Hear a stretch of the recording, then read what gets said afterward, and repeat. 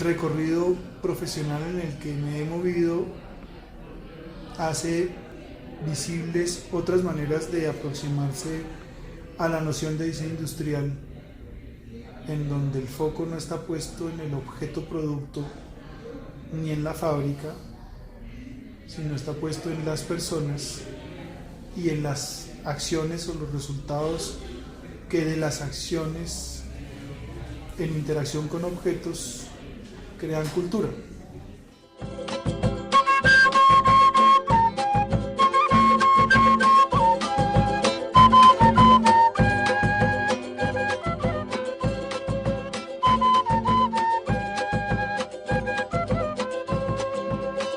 El diseño participa para ayudar a estas comunidades a entender las dinámicas de producción que pueden circular en el modelo económico de capital y de negocio, pero he ido tratando de llevar a que se reconozca que la expresión cultural y el patrimonio inmaterial y la cultura material de un pueblo no tienen todas por qué ser llevadas a la dinámica de mercancía y a la dinámica de consumo, en términos de dinámicas de valor de cambio económico y de dinero. Mi aproximación en el último periodo de tiempo dentro de la universidad, en los últimos 6 años, ha puesto foco en el valorar y reconocer los conocimientos tradicionales y los saberes ancestrales dentro de nuestros territorios y dentro de nuestras geografías y de nuestros pueblos y grupos étnicos.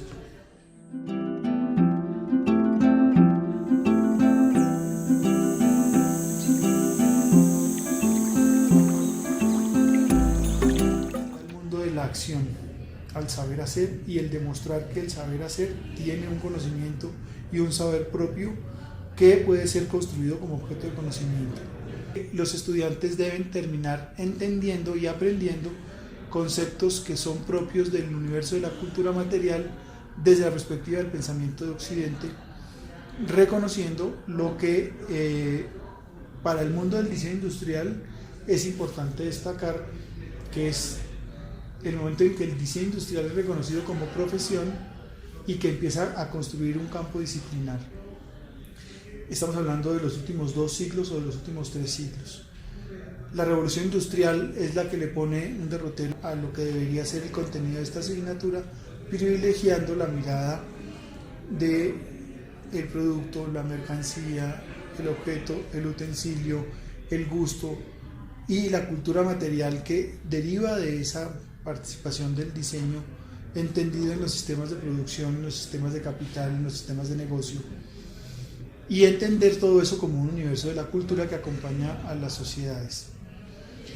Incorpora a eso también la mirada de las artes, y las artes también empiezan a tener, en la perspectiva del pensamiento moderno, el tener que reconocer los modelos y los estilos de pensamiento que las artes han privilegiado como modelo hegemónico de poder y de autoridad,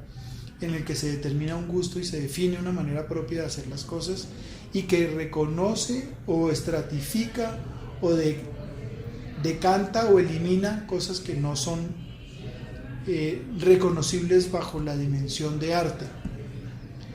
Una cosa es el arte y otra cosa son las artes. Esta asignatura maneja esas 2 dimensiones, la cultura material y de las artes de América Latina, que es el otro componente. Si estamos hablando de América Latina, no podemos incorporar solamente la presencia del pensamiento occidental, europeizante, en el que nos encontramos como influencia de la subyugación, de la imposición colonializante que viene trayendo en América Latina, y aparece lo que llamaríamos subalternidades o el pensamiento del sur y otras formas de mirar que están presentes en el mundo contemporáneo del siglo XXI, en donde específicamente en América Latina, y si esta clase hace énfasis en América Latina, me interesa a mí recuperar esas miradas que también existen y cohabitan y están vivas aún hoy de manera presente en la América Latina del siglo XXI, y no solamente hacer foco en el pensamiento occidental como el único posible y verdadero, sino que reconocemos esas otras miradas que también forman parte de la latinidad o de la América Latina o del pensamiento latinoamericano.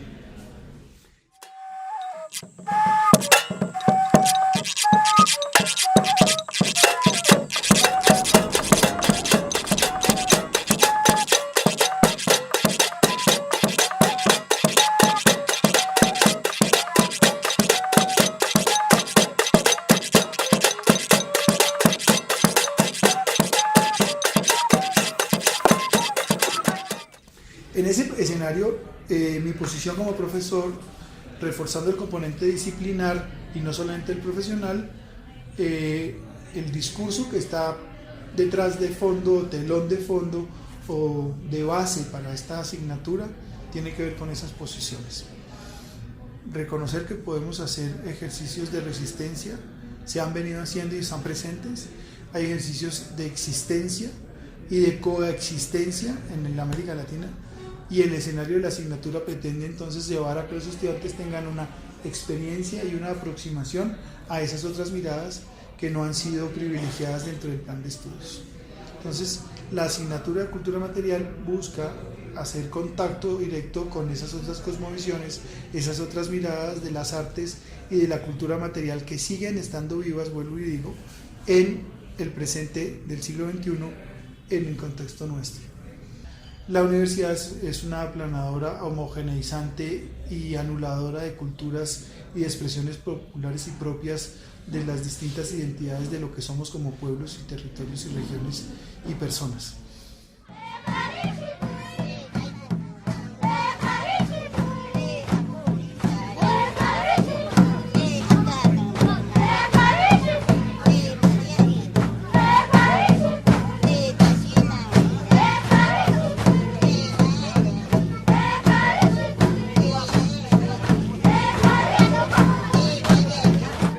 Han llegado a este espacio del aula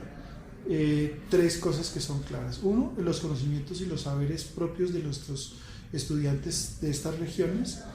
la participación de abuelos, sabedores, abuelas,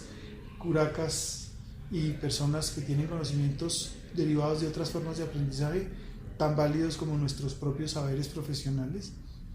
y entramos en una dinámica de diálogo de saberes y en diálogo de conocimientos. El espacio del aula entonces vuelve un escenario de interacción, pretende salirse del salón de clase para romper el paradigma de que el salón y el aula enseñan a través de la tiza, el tablero y la estructura jerárquica del docente que imparte conocimiento, y el estudiante adquiere el conocimiento impartido por quien tiene el saber, y entramos en una dinámica más cercana a las formas de aprendizaje que las comunidades de nuestros pueblos han tenido siempre, que son las dinámicas de la construcción colectiva, el conocimiento compartido. El círculo de la palabra es la estructura didáctica y pedagógica con la que trabajamos, porque validamos las maneras de aprendizaje que se dan a partir de esa forma de construir conocimiento, de entregar conocimiento y de adquirir el conocimiento de estos pueblos. Esas tensiones o esos diálogos pretenden generar la discusión con los estudiantes que se inscriben en la asignatura, para que sean ellos los que tomen la decisión